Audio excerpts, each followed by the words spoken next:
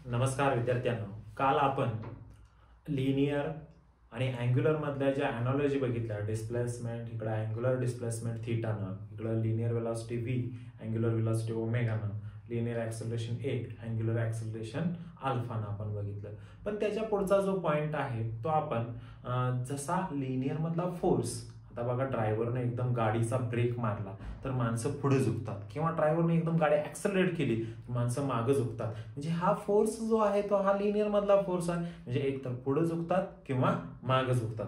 म्हणजे इथं आपल्याला असं दिसून येतं एक तर ऍक्सेलरेशन पॉझिटिव्ह आहे किंवा इथं काय आहे ऍक्सेलरेशन निगेटिव्ह आहे. मग आता जसं लिनियर मध्ये आपण डिस्प्लेसमेंट, वेलॉसिटी, ऍक्सेलरेशन बघितलं, इकडं फोर्स जसं मास इंटू ऍक्सेलरेशन बघितलं, तसं इकडं आपल्याला अँग्युलर मध्ये दोन फोर्सचे प्रकार बघायचे आहेत, ज्याच्यामध्ये आपण सेंट्रिपेटल फोर्स आणि सेंट्रिफ्युगल फोर्स असं म्हणतो.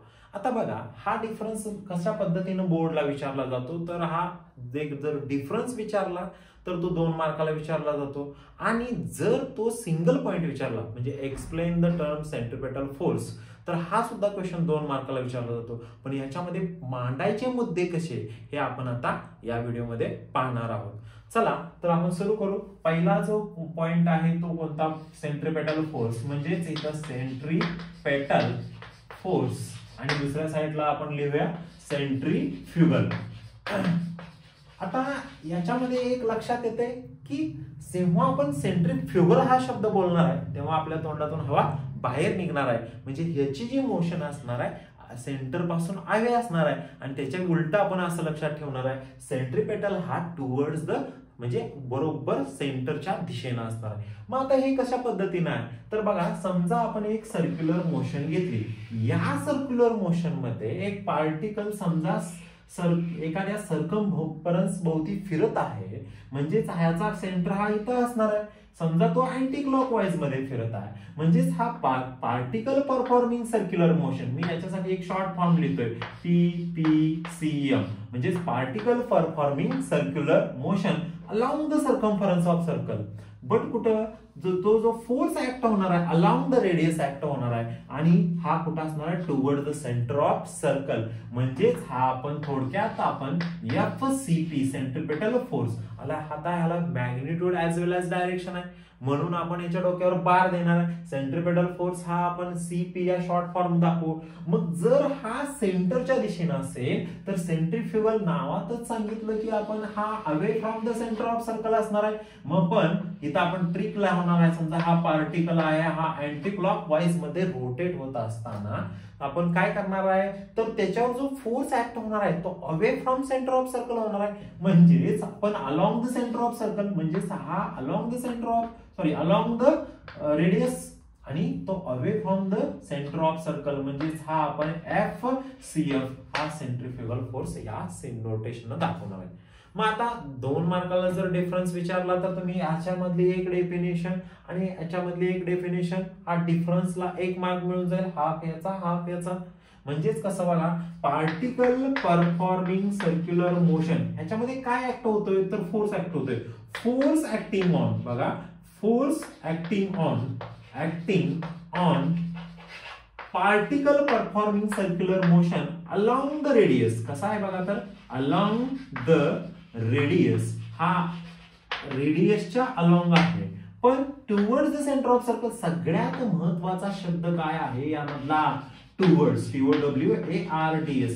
म्हणजे फोर्स हा सेंटरच्या दिशेने आहे. म्हणजे force acting on the particle performing circular motion along the radius towards the centre of circle, TOWARDS, towards the centre of circle is called. आता एक लक्षात ठेवा, ह्यामधला सगळ्यात महत्वाचा शब्द आहे towards the centre of circle. म्हणजे हा सेंटरच्या दिशेने आहे, आणि हा कसा आहे हो, away from centre of circle.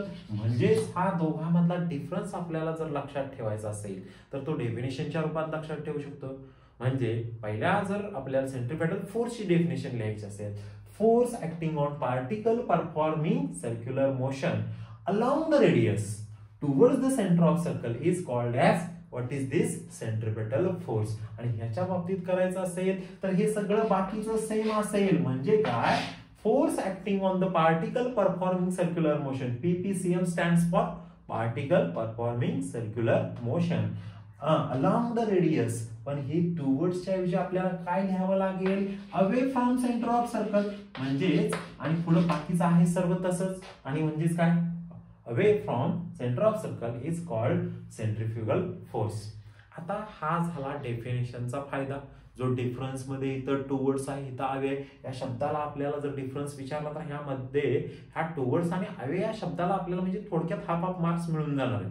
आता हा भाग झाला आपल्याला डेफिनेशनचा. आता ह्याच्यामध्ये दुसरा पॉइंट सांगतोय. आता जेव्हा आपण डिफरन्स लिहिणार आहे तेव्हा हा यामध्ये डिफरन्सच असावा. म्हणजे कसं, तर याच्यामध्ये टुवर्ड्स आहे, याच्यामध्ये अवे आहे. आता याच्यामधला दुसरा जो डिफरन्स आपण लिहिणार आहे तो कसा लिहिणार आहे, हा पहिला पॉइंट झाला. आपण दुसरा पॉइंट लिहिणार आहे ह्याच्यामध्ये ह्याचा व्हेक्टर फॉर्म्युला. म्हणजे व्हेक्टर फॉर्म्युला कसा आहे, व्हेक्टर फॉर्म्युला.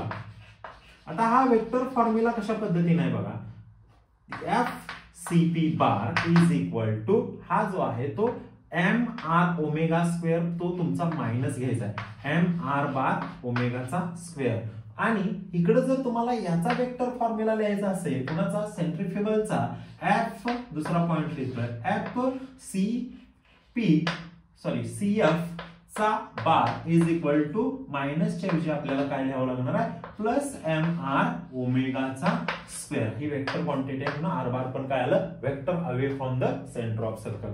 आणि आता तिसरा जेव्हा पॉइंट लिहिणार, आता लक्षात ठेवा 2 मार्क्सला विचारल्यावर हा डिफरन्स तर क्लिअर झाला. टुवर्ड्स आहे, अवे आहे, इथं मायनस साइन आहे, इथं काय आहे, प्लस साइन आहे. त्याचबरोबर आपण ओमेगाची व्हॅल्यू v/r टाकून इथं mv square upon r minus mv square upon r आणि इथं युनिट वेक्टर r कॅप सुद्धा लिहू शकतो.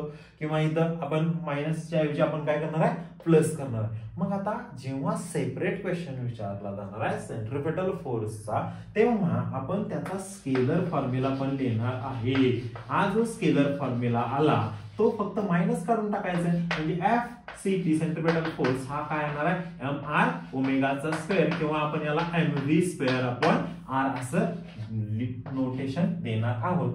आणि इकडे आपला हा तिसरा पण काय आला सांगा, हा स्केलर फॉर्म्युला F बार सेंट्रिफ्युगल फोर्स हा काय आला, मॅग्निट्यूड mr ओमेगाचा स्क्वेअर किंवा काय आला, mv स्क्वेअर अपॉन r. हा आला आपल्याला मॅग्निट्यूड. दोघांची पण काय असते, सेम असते, सेंट्रिपेटल फोर्सची आणि सेंट्रिफ्युगल फोर्सची. बघा आता एक लक्षात घ्या, ह्यात जो चौथा फॉर्म्युला चौथा आपण पॉइंट लिहिणार आहे याचं एक्झाम्पल लिहिणार आहे. म्हणजे याचं एक्झाम्पल काय म्हणूया, एक्झाम्पल अर्थ रिव्हॉल्व्स अराउंड द सन. अर्थ रिव्हॉल्व्स अराउंड कोणाभोवती फिरते, तर अराउंड द सन.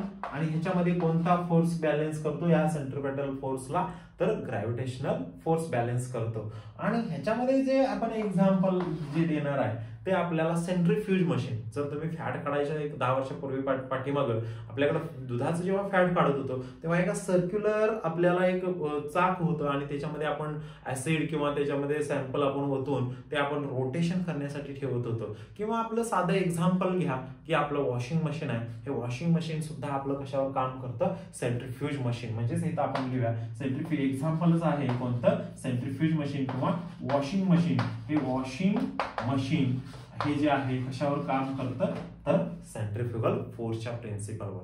आता एक पॉइंट लक्षात ठेवायचा, जर डिफरन्स विचारला तर फक्त 2च पॉइंट लिहायचे. कोणामध्ये, सेंट्रिपेटल फोर्स आणि सेंट्रिफ्युगल फोर्स मध्ये. पहिला जो आहे तो डेफिनेशनचा, हा आहे तो टुवर्ड सेंटर ऑफ सर्कल, हा आहे तो away from centre of circle. याचा लक्षात ठेवा वेक्टर फॉर्म्युलाच वेगळा आहे. तो कोणता आहे, तर FCP bar is equal to minus mr bar omega square, किंवा इकडे FCP bar is equal to plus mr bar ओमेगाचा स्क्वेअर. हा झाला काय, वेक्टर फॉर्म्युला. बरं याचं स्केलर फॉर्म्युला कोणता आहे, दोघांची मॅग्निट्यूड सेम आहे, दोघांची मॅग्निट्यूड, पण हा डिफरन्स होऊ शकत नाही. म्हणून डिफरन्स लिहिताना तुम्ही हा एक आणि हा एक किंवा एक्झाम्पल लिहा. आता याच्यामध्ये भरपूर पॉइंट्स आहेत पण तुम्हाला बोर्डच्या हिशोबानं हे तुम्हाला अशा पद्धतीने समजा, फक्त तुम्हाला सेंट्रिफ्युगल फोर्स किंवा सेंट्रिपेटल फोर्स एक्सप्लेन करा म्हटलं तर तुम्हाला 4 पॉइंट्स लिहायचे आहेत. प्रत्येक पॉइंट्सला हाफ मार्क्स आहे. प्रत्येक पॉइंटला असं नाही की फक्त तुम्ही डेफिनेशन लिहून आला म्हणून तुम्हाला 2 मार्क्स मिळाले.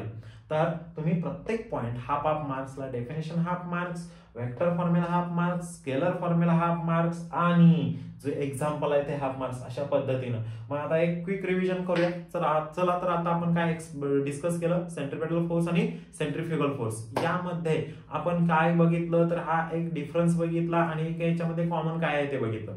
तर सेंट्रिपेटल फोर्स कुठं लागतो, एखादा पार्टिकल जेव्हा एखाद्या सर्कम्फरन्स भोवती फिरतो.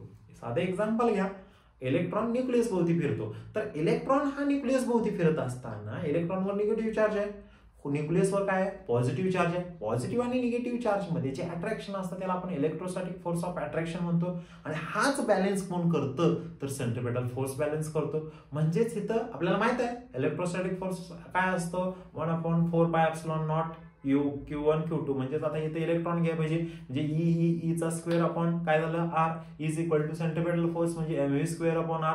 याच्यावरून आपण बोर ऑर्बिट सुद्धा कॅल्क्युलेट करू शकतो, पण ते पुढे आहे. पण आता आपल्याला काय लक्षात घ्यायचं आहे तर ह्याचं एक्झाम्पल्स. आणि दुसरं एक्झाम्पल आपण बघितलं, समजा अर्थ रिव्हॉल्व्स अराउंड द सन, कोणता फोर्स आहे तर ग्रॅव्हिटेशनल फोर्स बॅलन्स करणार आहे. किंवा moon revolves around the earth, इथं पण आपल्याला काय बॅलन्स करणार आहे तर ग्रॅव्हिटेशनल फोर्स सेंट्रिपेटल फोर्सला बॅलन्स करणार. त्याचबरोबर एक दोरी घेतली, गोफर म्हणतो आपण त्याला, आणि त्याच्यामध्ये एक दगड ठेवला आणि ती आपण भिरकावली, तर त्या दोरीवर जे टेन्शन असणार आहे ते कुणाला बॅलन्स करणार, centripetal फोर्सला.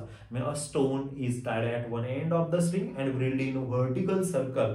What is this, tension on the string is balanced by centripetal force. मग आता आपल्याला याचा वापर आपल्याला पुढच्या टॉपिक मध्ये करायचा आहे. पण या पॉइंट मध्ये आपल्याला विचारलं काय होतं, डिफरन्स आणि त्याच्यावरच्या टर्म्स.